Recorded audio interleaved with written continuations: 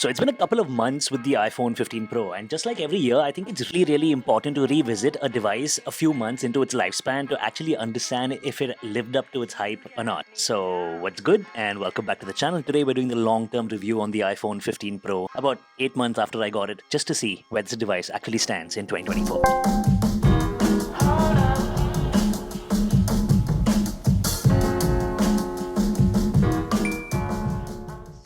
So let's start off with hardware for the iPhone 15 and 15 Pros. Apple's big marketing push this year for the iPhone 15 Pro as well as the Pro Max was titanium, and titanium has definitely been different. Now with this big titanium push, I have to be completely honest, the new iPhone Pro models are definitely lighter than any other Pro model iPhone that Apple has ever dropped in the past. But that being said, other than the weight, there's really not much of a difference between the original stainless steel Pro models from the 14 series and the titanium Pro models on the 15 series. Now don't get me wrong, titanium does feel hella premium, but it's definitely not a reason for you to run out and go and upgrade your iPhone just for that feature. So don't fall for the hype. Titanium is great, it's definitely a quality of life improvement, but that's basically it. Now I'm somebody who always throws a case onto my phone and I never use my phone caseless, but if you honestly ask me, when I use the iPhone naked, I have to tell you that for me personally, titanium does feel a lot more premium than the original polished stainless steel models, because titanium has this amazing brushed matte finish over the original polished finish that the previous iPhone Pro models had, and I genuinely just like the look of matte or brush finishes. So yeah, it does feel a lot more premium. Am I happy with it? Yes, but would you go out and upgrade your phone for this reason alone?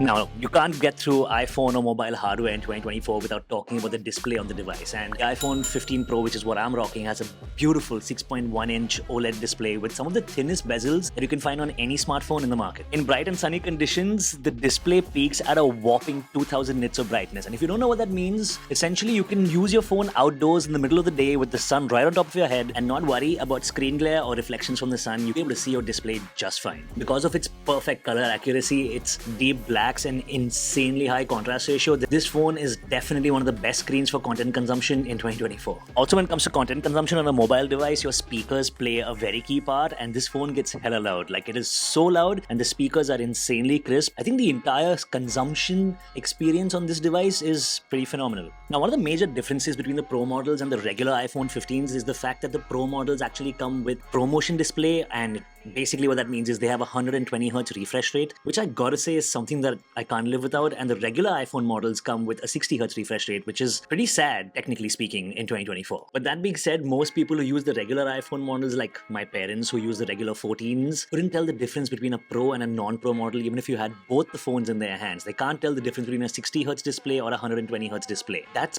basically because the iPhone regular 15 models or the regular 14 models feel pretty snappy, and that's mainly because of how fluid iOS actually is. So it is a trade-off, and it's really sad that we don't even have a 90Hz refresh display on the regular iPhones where you're paying a premium price even for those devices. That being said, the market and the demographic that Apple markets those phones to and those displays to probably doesn't even care. Would I recommend going for a 60Hz display in 2024? Definitely not. Like, it's something I can't live without. 120Hz is so important to me right now, but you're you, and you know if you need that high refresh rate display or not. Long story short, the display across the lineup of iPhones in 2023, 2024 with the 15 series are pretty great. They're color accurate, they're very, very sharp, extremely bright, and they're gonna get through your day doing whatever you need to do with these phones without any issues.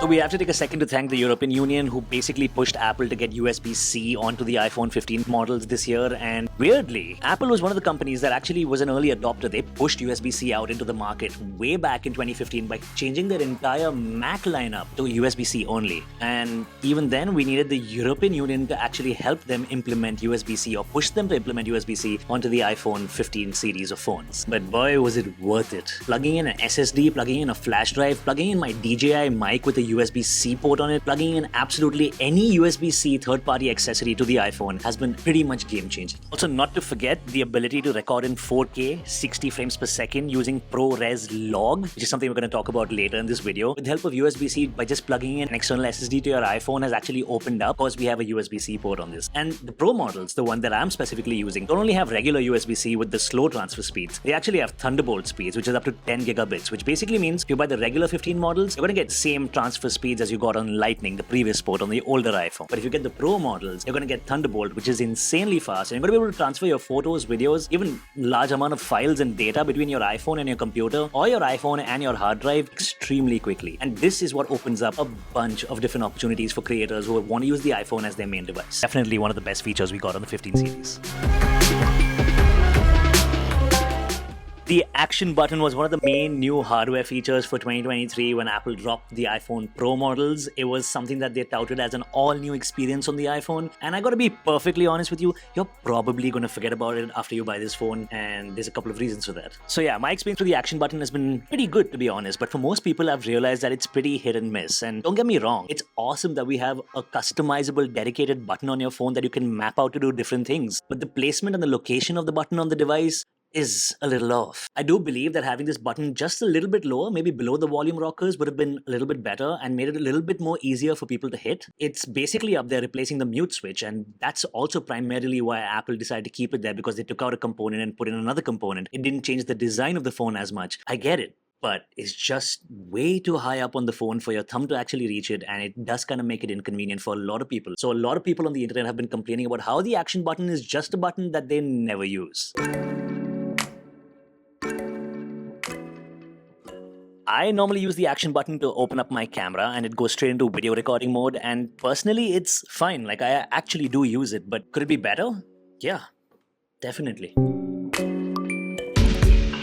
Now, almost every video, including this one that you see on my channel, are actually shot on the iPhone, and it's been pretty great. The iPhone is one of the main cameras that I have in my arsenal. In fact, it is my main creative camera. And the only other camera that I use other than this is my GoPro, which I mainly use on board a ship in cargo tanks or in high action environments where I can't pretty much take a phone and enter, and that's basically where the cameras stand. So long story short, the cameras on the iPhone have been pretty great for a while. In fact, it's the 14 Pro that made me go out and sell most of my camera gear, because I realized I could now run all of my creative endeavors off of my phone, which is the device that I have on me at all times, and is also the camera that's in my pocket at all times. So the cameras have gotten really good over the last few generations. Now, all that being said, the major differences in the camera between the 14 series and the 15 series aren't really visible to everyone with the Pro models. I think you'll majorly see a difference in performance on the regular models. The new regular 15 series have a brand new camera sensor in it. It's a little bit smaller than what we had in the last generation of phones, but the image processing and the newer sensor is just better. You do see a difference when you're shooting the regular iPhone 15 versus the regular iPhone 14. With the Pro models, the differences are a lot more niche. One of the main differences you gotta find between the Pro models is the fact that you have ProRes log video on the iPhone 15 series, which is something you did not have on the iPhone 14 Pros. If you don't know what that is, ProRes log is a codec. It's a really high quality video codec, which basically has no saturation when you shoot a video on it, and you see no contrast when you shoot a video on it, but it gives you the flexibility to take that footage with a large amount of data baked into it, put it on your computer, and match your iPhone's footage to more expensive, high-quality cinema and mirrorless cameras on the market, basically giving you an insanely great professional workflow on the device that sits in your pocket. So if you're on a 14 Pro or on a 14 Pro Max, the only visible differences you're going to see between the Pro models of the 14 series and the 15 series are going to be in a professional working environment, and you know if you need that or you don't. If you're just happy with the regular video that you get out of an iPhone, let's be perfectly honest, the video footage and the images that come out of any new generation iPhone over the last few years have been phenomenal, and the social media is pretty much dominated by these devices at this point. So if that's all you need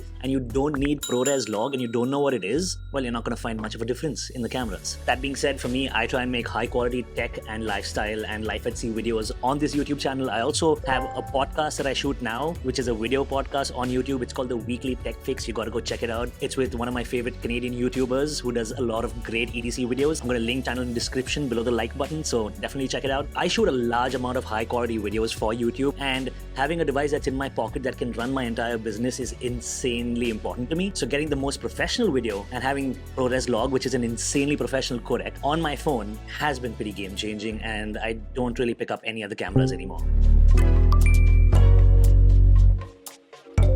So we can't talk about hardware on an iPhone without actually talking about battery degradation, which battery gate has been an issue on iPhones for the last few years. Now, as you guys can see, the battery on my device, after 245 charges at this point while I'm recording this video, is still at 100%, which is pretty amazing, because that means after 245 charges on this device, my battery is almost equivalent to the way it was when this iPhone just launched and when I picked it up at a store. That being said, this is not the case for everybody, because the way your battery performs over time also depends on how you use use your phone and how you charge your phone. And there have been a ton of complaints on social media about people who have actually faced the same battery degradation issues with the 14 and the 13 series. Now, from what I've seen this year, the battery degradation on the iPhones is definitely a lot lesser than what it was last year with the 14 series. They were really bad. And even with the same way I use my phone now is how I use my phone then. 8 months after using my iPhone, I had about 98% capacity or 2% degradation on my 14 Pro, whereas my 15 Pro is doing a lot better. Now, there are a couple of battery health preservation features that Apple built in after the 14 series only into the 15 series, wherein you can charge your phone up to a maximum of 80%. Now, for the first few months after I got my iPhone, I did implement this feature and I only charged my phone to 80%. And basically, this prevents your batteries from maxing out and it also prevents them from degrading over time. It also reduces the amount of heat that's generated when you charge on your phone. And my phone definitely benefited from this because you can see I'm still at 100% of battery life. So also when we're talking about charging your iPhone and the battery life and preventing battery degradation on any iPhone model, a couple of other tips would be not to use third-party chargers that aren't Qi 2 certified. That's wireless chargers that don't say Qi 2, QI2 on them. Chargers that aren't MFI rated, that's made for iPhone, because these chargers may be fast chargers and they may be really great to get you from like 0 to like 50% in like 30 minutes. But the issue with them is they're not optimized to reduce the heat that's generated when you charge your phones. And as we all know, one of the main reasons for lithium-ion batteries to lose their lifespan is heat. And heat is a massive culprit in degrading your battery's health. That's why I would suggest always go for a Qi 2 enabled charger that's MFI certified, something from Anker. Of course, Apple first-party chargers are great, and there's a couple of other brands on the market like ESR which are Qi 2 certified. So go for something like that. You might not have battery health degradation. Again, like I said, it depends on how you use your device. Now, for me, battery has been pretty good. I get pretty decent screen on time on a daily basis. It averages between 4 to 5 hours, which is good enough for me for the way I use my phone. I know everyone's preferences are different, but that being said, again, if you really want the phone that's the battery king in the 15 lineup, the phone for you is the 15 Plus. That is the real battery king. Or if you want a Pro model with better battery life, the Pro Max is probably the way for you to go. When it comes to performance, the 15 Pro has been no slouch. It has the A17 Pro chip, which is the world's first 3nm mobile processor, and that's a pretty big deal. It's an insanely powerful chip, and Pro name was added to these chips with the iPhone 15. So this is the first Pro chip, the first Pro mobile chip that Apple makes, moving away from the Bionic naming that they had with the A16 before this. Pro models have the A17 Pro and the regular models have the A16 Bionic chip, and both these chips are pretty good. As powerful as the A17 Pro is, as efficient as it is, to be completely honest, it's a mobile chip, and one of the only places that you're going to see a real difference between the performance from the 15 Pro to the 14 Pro is when you're shooting ProRes log video, which, as I explained before, captures high quality video in a professional workspace. And if you're not using that, you're not really going to see much of a performance jump. But yeah, the A17 Pro does give you that, and it is one of the main reasons why you can shoot that codec and that kind of video on this device. If you're using your iPhone just like an iPhone, you're just doing your daily everyday gaming, you're playing Call of Duty Mobile, you're playing most graphically intensive games like Genshin Impact on your phone on a daily basis, you're just editing photos, editing videos, using the camera without shooting ProRes log, just running your phone like a phone, using it as a music player, using Apple Music or Spotify, you're not really going to see much of a difference between the A17 Pro chip, which is on the 15 Pro, and the A16 chip, which is on the regular 15s or the old 14 Pro models. You just can't max out these chips. So while the A17 Pro has been insane by unlocking the one feature, which is what I love the most on this phone, that's ProRes video, it's not noticeable to everybody else. And if you don't need that feature, well, the A17 Pro chip is definitely not a reason for you to go out and upgrade. Now, you can't talk about an iPhone 15 Pro or a regular 15 series without talking about the insane heatgate issues that this phone had when it came out last September. A lot of users on the internet were complaining about their phone overheating. And initially, everyone blamed Apple, saying that the titanium design doesn't dissipate heat as much and there's a big issue. But to be completely honest, that's not what happened. Firstly, I'm somebody who did not go through this issue and I was really fortunate. That's also because I didn't get my phone on launch day. The matter was pretty much resolved by then. Now, secondly, it's not the titanium that made the iPhone 15s overheat. As a matter of fact, Apple released a software update that fixed the overheating issue, so it definitely wasn't a hardware problem. The issue was a couple of apps that were not optimized, and there were a couple of bugs which were then fixed by a software issue. And as you guys can see, there are tons of articles on this on the internet. So there's been a lot of people who asked me about overheating issues. It did exist for a couple of phones that came out, but they were all fixed, and you pretty much don't hear about it on the internet right now in 2024. If you go up onto the net and check for iPhone 15 overheating, all the articles you're going to read are from 2023. The titanium phone still runs just fine in 2024.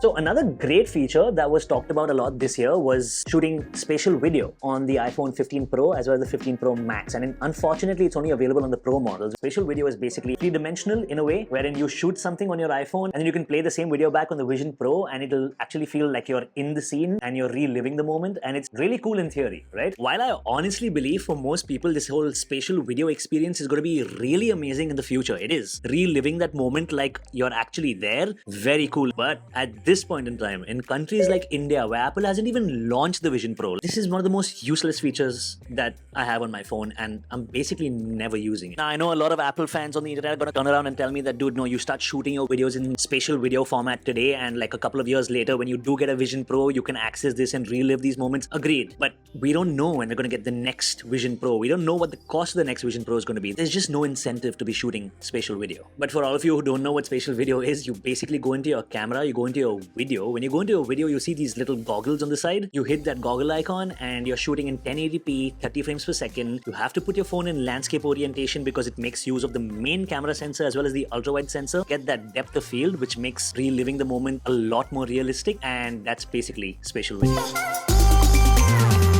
And that's that. I don't think there's a lot more that we have to dive into with any new phone on the market because most of them are pretty incremental when it comes to their upgrades. This is the iPhone 15 Pro. These are the main things to talk about 8 months later after owning it. And it has been pretty great. Am I happy with it? 100%. It is my main creative device and it's also my phone and it's also how I make my payments. So it's been pretty great for me. Now, if you're somebody whose main question and main reason to watch this video is because you're wondering whether you should buy the 15 Pros right now or wait for the new 16 series of devices, honestly, I'm going to say it right here. You should go out and get yourself a 15 Pro. Firstly, it's no slouch in performance. The cameras are great, the speakers are great, the screen is great. It's a brilliantly built phone, really premium feeling. So if you liked everything you saw here today, when you pick up the phone in reality, you're just going to be happier. There's going to be no iota of disappointment. So you're going to be pretty sorted. I hope you enjoyed the video, which by the way was completely shot on the iPhone 15 Pro using the front-facing camera, cinematic mode, on a tripod with the DJI mic. And I'm going to see you guys the next time I decide to make a video. Later.